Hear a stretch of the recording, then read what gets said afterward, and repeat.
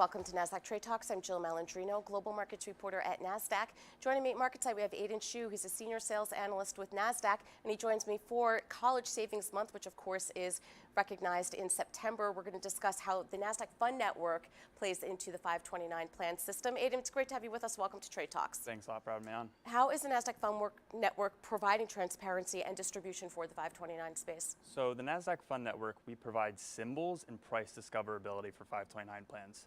So we receive nightly pricing information from the plan's custodian, and then we disseminate that NAV data downstream to hundreds of different platforms like Yahoo Finance, Refinitiv, and Bloomberg, so both retail and institutional platforms. So now you can search up a 529 plan in the exact same way you would a mutual fund, a stock, or an ETF using a symbol. And what we've found is that this searchability and distribution and transparency, it's really a validation point for a 529 plan for both an advisor and a possible plan participant. And that was my question to you. How do searchable symbols make the experience better for advisors and plan participants with 529 plans? So having a searchable symbol, it improves the search engine optimization of the 529 plan. So now when an advisor or a plan participant is doing research on a 529 plan, they can do it a lot more efficiently, and they instantly have access to that information.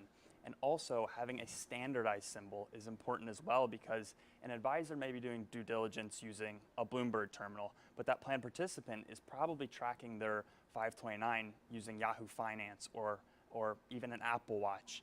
And so that standardization is really important. And for this plan participant, they may not be getting in and out of their plan on a daily basis, but they should still be able to track their plan in their portfolio watch list alongside their other investments and have a more comprehensive view of their net worth. Tell us more about the Nasdaq Fund Network. What are some of the developments that you've made in the 529 space this year? So we've actually added an additional 230 additional 529 share classes, adding up to more than 1,500 total 529 share classes currently on the platform. We added our second ever direct sold plan, which was the NJ Best plan managed by Franklin Templeton. And a direct sold plan is just a plan that's sold directly through the plan's website rather than through a financial advisor.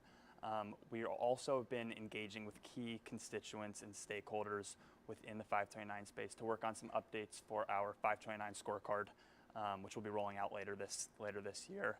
And lastly, this fall, we're going to be participating in the webinar and conference circuit just to showcase our service in person for the first time, which I think we're all really excited to do.